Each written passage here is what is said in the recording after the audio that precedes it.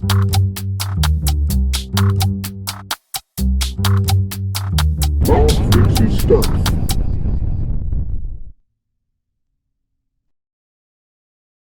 and welcome to another exciting episode of Mark Fixes Stuff. In this episode we're going to be looking at this Jaguar console. It's my own console and I do like it very much. Lots of people say it was not the best console, but I really enjoy some of the games. That being said, there's only so much zoop that one man can take, so today we're going to be looking at the Skunkboard, which has been recently revived by Zaxon. He's making his own versions because they've typically been difficult to source out in the wild. Now, the one that he's come back with is the version 3, which has flash memory for save games. It has 2 banks for ROMs, so you can have either 2 4-megabyte images on there, or you can have 1 6-megabyte image. It runs Homebrew and Commercial ROMs if you're a yo-ho-ho jolly jack tar pirate, and it's fairly easy to use. Let's have a look. So Zaxon's resurrected the very latest version of the Skunkboard, something that's typically quite hard to find and buy. So I'm very lucky to have my hands on one here. Let's just take this out here because it has actually been set up to be used. So I'm going to take the Skunkboard out and we'll have a look at how it's presented. Now, the first thing you'll probably notice is the colour. I was a bit worried when I took it out of the box because I thought it's a bit gaudy. However, it does match the Jaguar logo and the power button relatively well. So I can't really complain too much about that. And it looks quite well when it's in the machine. The second thing I noticed was the edge connector wasn't beveled. I believe that the later versions do have a bevel on the edge connector. And my concern that it might not go into the machine as easily as it should do was actually false, because it goes in really easily. Just push in like that, and very little resistance on the pins to take it out. It's a nice firm fit, and it's certainly around the same sort of resistance to insert and pull out as a normal Jaguar cartridge. It's got a, I believe that's a micro USB cable. I always forget which one's which on the top. And the way this is programmed is you pop it into the machine, you put your micro USB cable into the top, connect it to your computer, and there is a driver, a very simple driver which you install on your Windows machine or Linux, but I'm not using Linux, and you can write the banks with software. There's also a front end. I will show you that really quickly. For writing ROMs to the Skunkboard, I'm using this old Windows 7 32-bit laptop, which I use for things like writing EPROMs and older stuff. But it also works on my Windows 10 64-bit computer, so I don't think there's much of a problem with compatibility. There is a really good manual which steps you through and holds your hand on how to install the drivers, use the software, and all that good stuff. So don't really have any concerns about people not being able to do this. It really is good. This isn't Zaxon's manual. It is from the harmlesslion.com website, and I believe it is written by a chap called Mike Brent. So thank you, Mike. That is an absolutely amazing resource.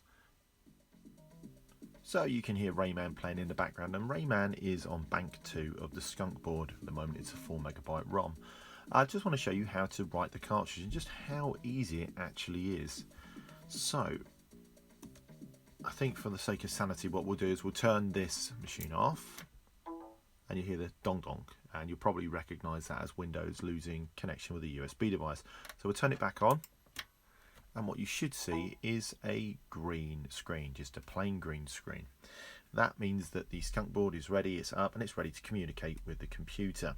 I'm going to show you the process here. Now, the program that comes with, well, I say comes with, the first program that came out for writing the Skunkboard was a command line tool called JCP. However, there are some more, well, easier options these days. And the first one you'll probably come across naturally is called Skunk GUI. So if we double click that, I'll be able to show you that all you got to do is select a file. The is flash option is quite interesting because there's 2 megabytes of RAM inside the Atari Jaguar. So if you want to avoid writing the cartridge, you can actually write it directly to RAM, which is really, really helpful. It saves what we call write cycles on the flash ROM inside the machine. However, it's probably not something to wind yourself up about too much. It will automatically, if it's bigger than 2 megabytes, check that box. So let's just show that. So we don't want Atari carts. Let's try, hang on a second, let's go to media drive. And we'll go into Jaguar. And let's try, don't know, Pinball Fantasies. Never actually loaded this one before. Now you can see is flash is checked because it's bigger than 2 megabytes.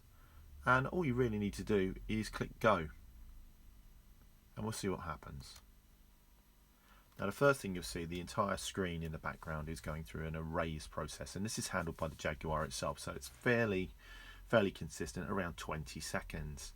Where it can go a little bit wrong is after it's erased the flash ROM, you can get this screen.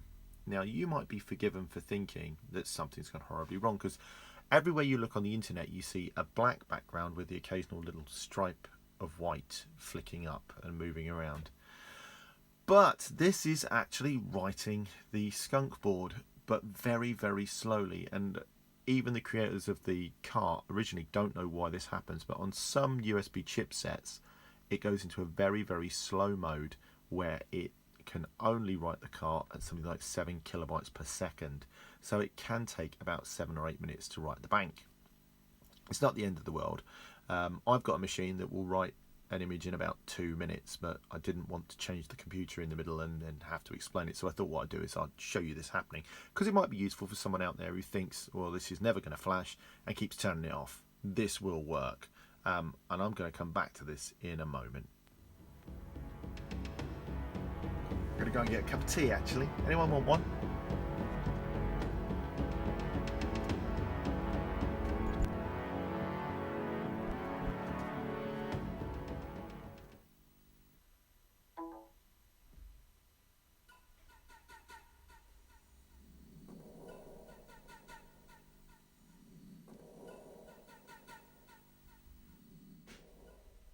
Okay, so I've powered off the Jaguar. I'm going to turn it on to show you how to load banks 1 and 2. We've got 2 options, well 3 options actually. So we'll turn on the Jaguar and we'll see the familiar green screen. Apologies for the 16:9, my TV automatically does that and I don't know how to turn it off. So if we want to load bank 1, which is Pinball Fantasies, we'll press up on the joypad. Licensed by Atari, 21st Century Entertainment, Spidersoft. And we can see Pinball Fantasies. All good stuff. That's the one that we've just flashed to bank 1. Now if we turn the machine off again, in fact that donk reminds me that that's still connected. We'll just disconnect that. We'll turn that on. The green, and then down for bank 2 or bank B. I call them bank 1 and 2, but I think it might be A and B, not sure. Ubisoft. This is Rayman.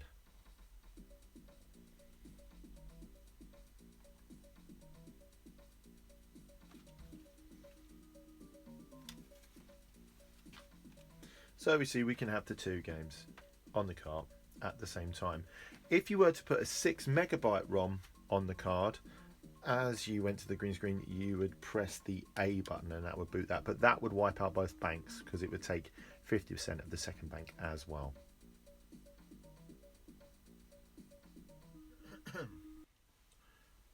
Okay, so that was Pinball Fantasies. Now I'm going to show you a different program for flashing. Again, it's all self-contained and it's called Jiffy, and it's not specifically for skunk-board, it's for other methods of getting stuff onto the Jaguar. So I do need to plug the Jaguar back in, which would be helpful. So plug the Jaguar back in, power it on, da-da, green screen in the background, and we'll just flash something with this. Again, this will be slow because it's tied to the USB port, but I won't make you sit through it. Oh, Zool 2. Yeah, why not? Zool 2. And you see here it actually gives you detected titles, Zootool World, ROM with header, shows you the checksum, all that good stuff, and it's sent to Jaguar via Skunkboard. If you want to send it to Bank 2, you'd need to select Bank 2. I've never flashed a 6 megabyte ROM to anything, but I would imagine that this does Bank 1 or 6 megabytes, or it uploads a 4 meg to Bank 2. Right, here we go, send. Gives you a warning telling you that flashing a ROM will permanently erase your Skunkboard's bank. That dodonk you heard is because the reset Skunkboard before upload option is on. So you see the green screens come back, and we press yes if you're sure you understand this. And now we can see that lovely pattern in the background, which I quite like actually.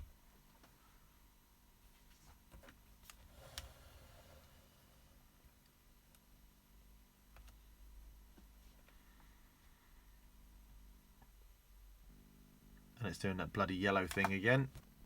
The maker of the Skunkboard said he can't actually pin down what the issue with this is, but said that the screen updates the colour at the end of each packet, and that's what we're seeing here. So we're in for another sort of like 5 or 6 minutes, so we'll zoom past that. Again, it's not a problem.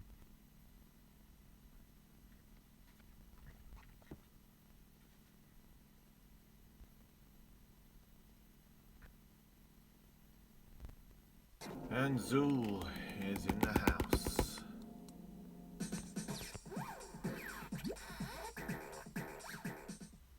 So in order to improve the loading times, I've put this hub in. It's a powered hub, it's only USB 2, and we're going to load Raiden. Go. Yes, we're sure. That beautiful erasing screen. Just move this camera back. Try not to give you too much camera shake, guys.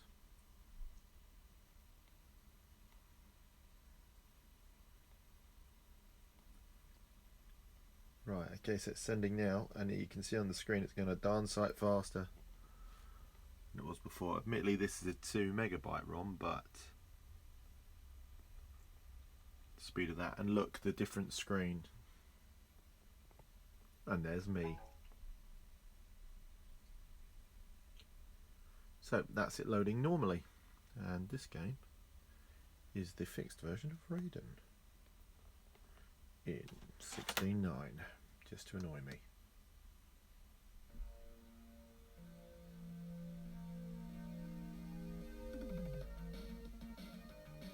This is a great game. So the final verdict, what do I think of this resurrection of the Skunkboard by Zaxon? Well, I've got to tell you, I bloody love it. It's really, really, really good. It's a lot of fun to be able to play all these games that perhaps you can't afford to get the real cartridges for. I do have quite a few cartridges as well. So yeah, it's really good. I'm going to pop a link in the description below, so you can go and find where you can buy one from. It will be on Sell My Retro underneath the seller name Zaxon, Z-A-X-O-N. And yeah, totally recommended. But yeah, there's a bit of a gotcha with the USB hub, although it works straight away on my Microsoft Surface Pro. So yeah, good. Subscribe to get your fix. If you like what you see, tell others. If you don't like what you see, tell no one. In fact, if you've liked this video, perhaps you'd like to look at some of these other videos. Here, I'll pop them on the screen for you. Bye!